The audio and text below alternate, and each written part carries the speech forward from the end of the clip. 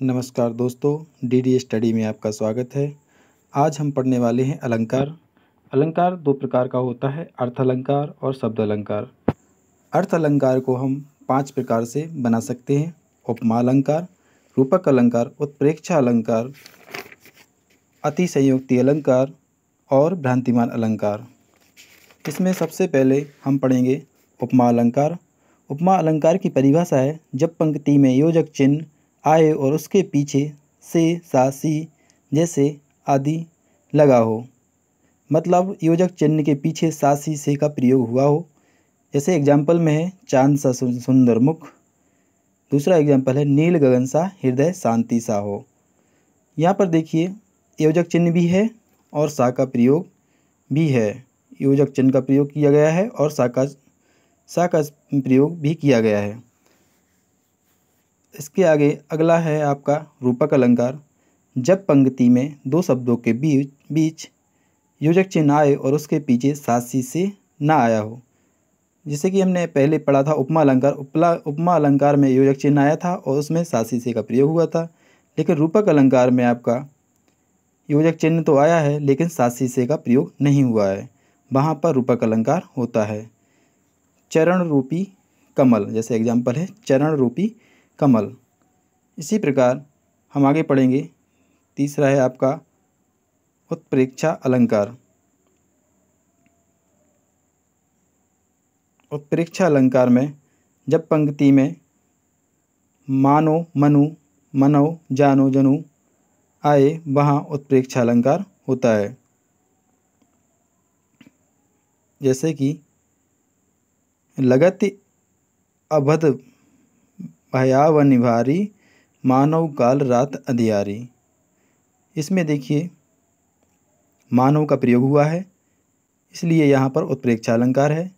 इसी प्रकार मुख मानो चंद्रमा है, यहाँ पर मुख मानो का प्रयोग हुआ है, तो यहाँ पर उत्प्रेक्षा अलंकार है। उत्प्रेक्षा अलंकार की परिभाषा हम पहले बता चुके हैं कि जब पंक्ति में मानो, मनो, मनौ, जानो, जनु आदि शब्द आए वहाँ पर उत्प्रेक्षा अलंकार होता है।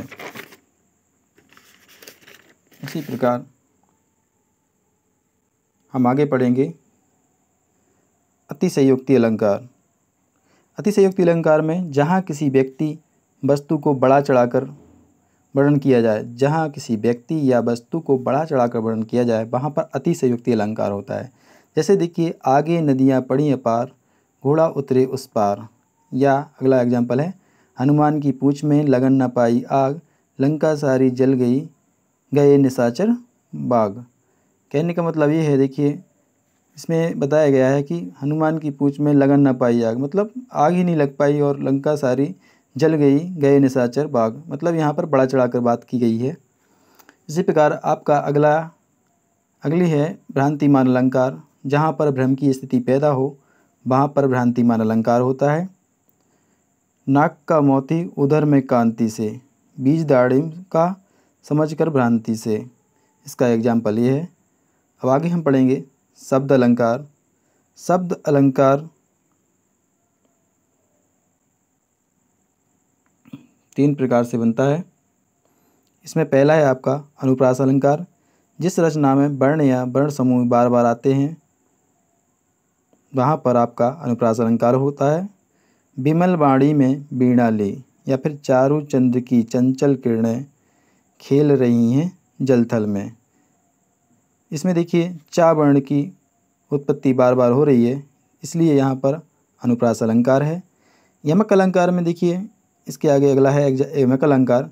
जिस रचना में एक ही शब्द 2 या 2 से अधिक बार आए और हर बार उसका अर्थ अलग हो वहाँ पर आपका यमक अलंकार होता है। जैसे सजना है मुझे सजना के लिए, एक सजना किसी स्त्री का श्रृंगार करना होता है, दूसरा सजना उसका वर होता है। मतलब शादी में अगर जैसे दूल्हा है उसके लिए ये सजना कहा गया है और सजना एक श्रृंगार करना है। काली घटा का घमंड घटा, काली घटा का घमंड घटा, ये दूसरा एग्जाम्पल है।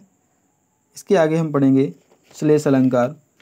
जहाँ एक ही शब्द के अनेक अर्थ हों वहाँ पर श्लेष अलंकार होता है। जहाँ एक ही शब्द के अनेक अर्थ हों वहाँ श्लेष अलंकार होता है।